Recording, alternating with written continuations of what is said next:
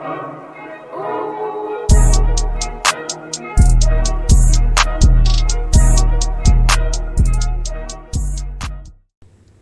you guys, welcome back. Today's video is about the 12 tribes of Israel.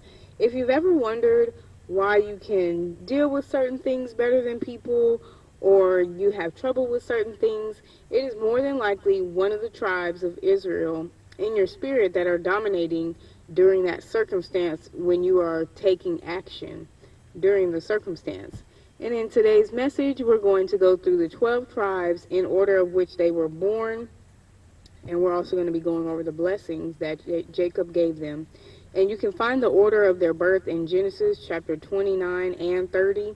Now, Benjamin wasn't born until chapter 35, but I'm going to read the 12 tribes, which are the sons of Jacob, in the order of which they were born. And the number 12 comes from the two children of Joseph.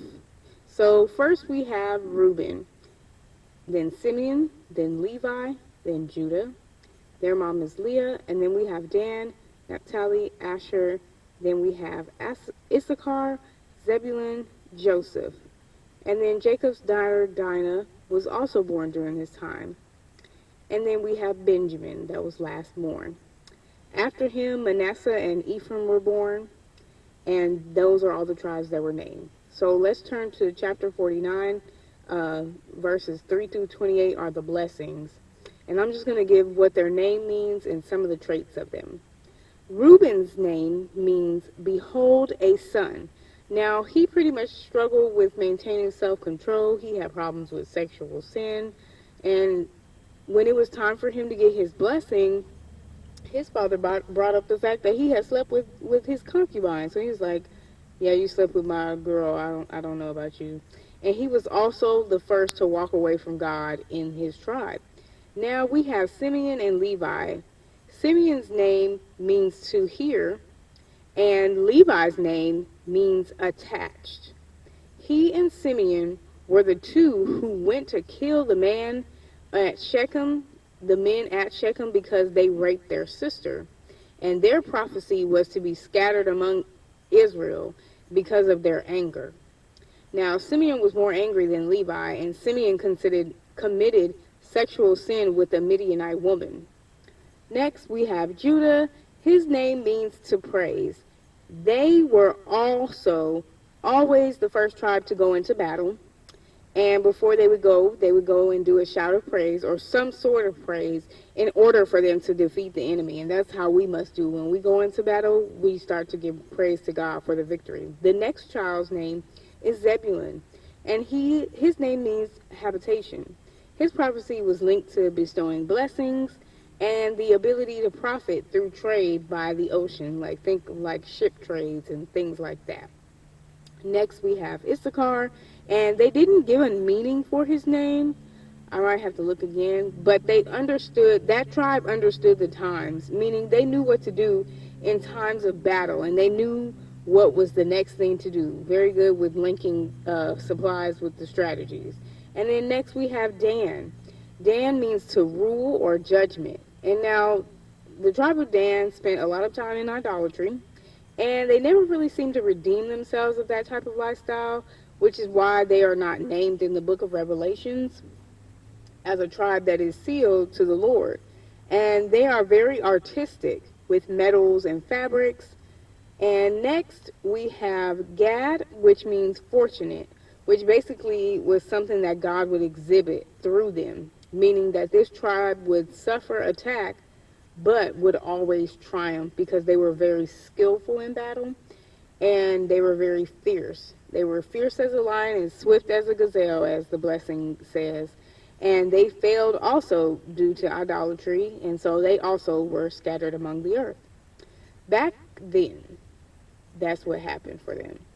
Next, we have Naftali, and this means a doe let loose or communicator. This tribe is very agile and nimble, and they have great communication skills. They have a real way with words. Next, we have Joseph. Now, he did not receive a prophecy, but Jacob still spoke about the fact that he was a fruitful person and that he had given a lot of fruit. And basically, he had a double portion of blessings through his children. And he was also a good decision maker and had a strong sense of duty and strict justice.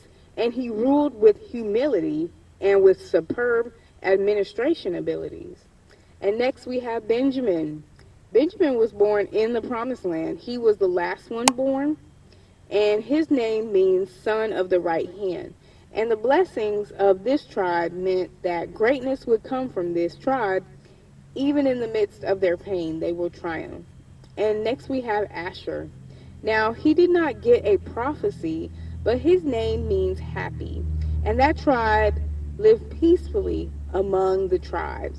And basically, there was quiet strength within them about that tribe. They had quiet strength.